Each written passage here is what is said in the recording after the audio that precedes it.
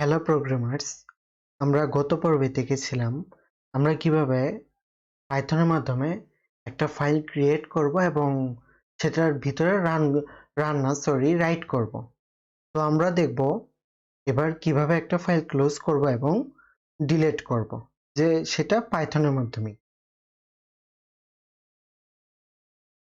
আমরা গত যে কোডটা করেছিলাম সেখান থেকেই আমরা দেখাই ফাইল কিভাবে ক্লোজ করব।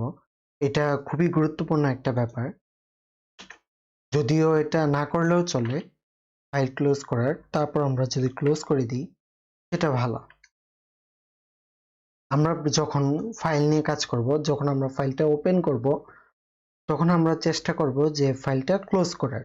যদি আমরা ক্লোজ না করি তাহলে আমাদের যে ফাইলটা ওপেন করেছি এটা হয়তো বা কোনো কারণে আমাদের ওই ফাইলে ড্যামেজ হতে পারে। তো সবচেয়ে বুদ্ধিমানের কাজ হবে ফাইল যখন ওপেন করব, ওপেন করে তখন আমরা ক্লোজ করে দিব।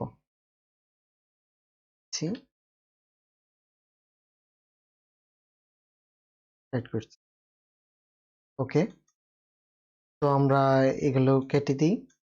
আমরা নতুন একটা ফাইল ক্রিয়েট করি, delete file, D L E T E, delete file,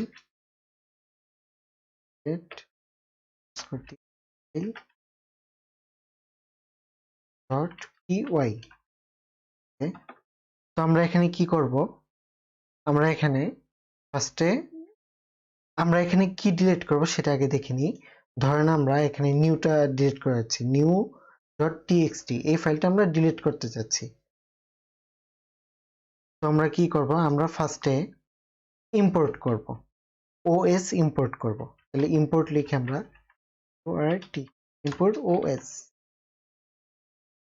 তো করলাম।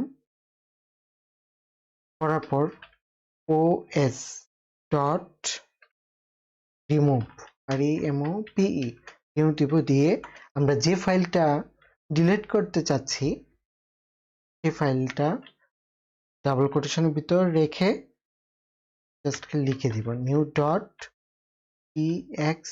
টিএক্সটি।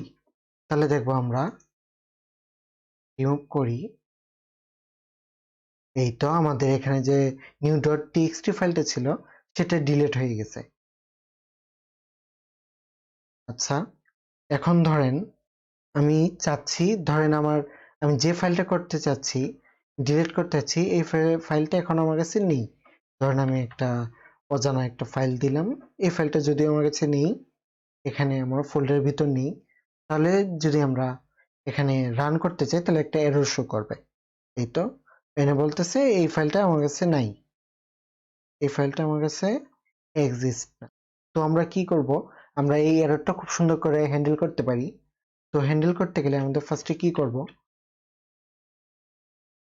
আমরা ইফ নিব, if OS dot path dot exist,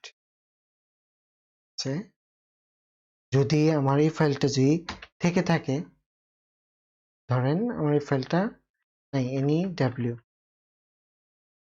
dot T X T. এখন আমি চেক করছি আমার এই নিউ ডট টিএক্সটি ফাইলটা আমার এই পাইথন টিউটোরিয়াল যে আছে এটা ফোল্ডার ভিতর আছে কিনা। ফোল্ডারের ভিতর যদি থাকে তাহলে আমরা রিমুভ করে দিব, OS dot remove new dot TXT. ঠিক আছে, ও এখানে ডাবল কোটেশন ইউজ করতে হবে।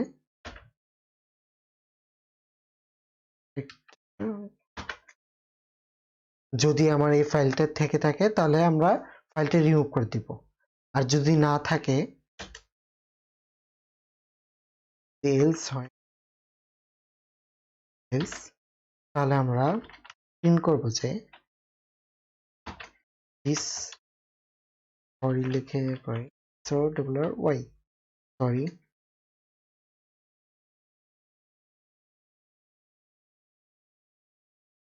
File not this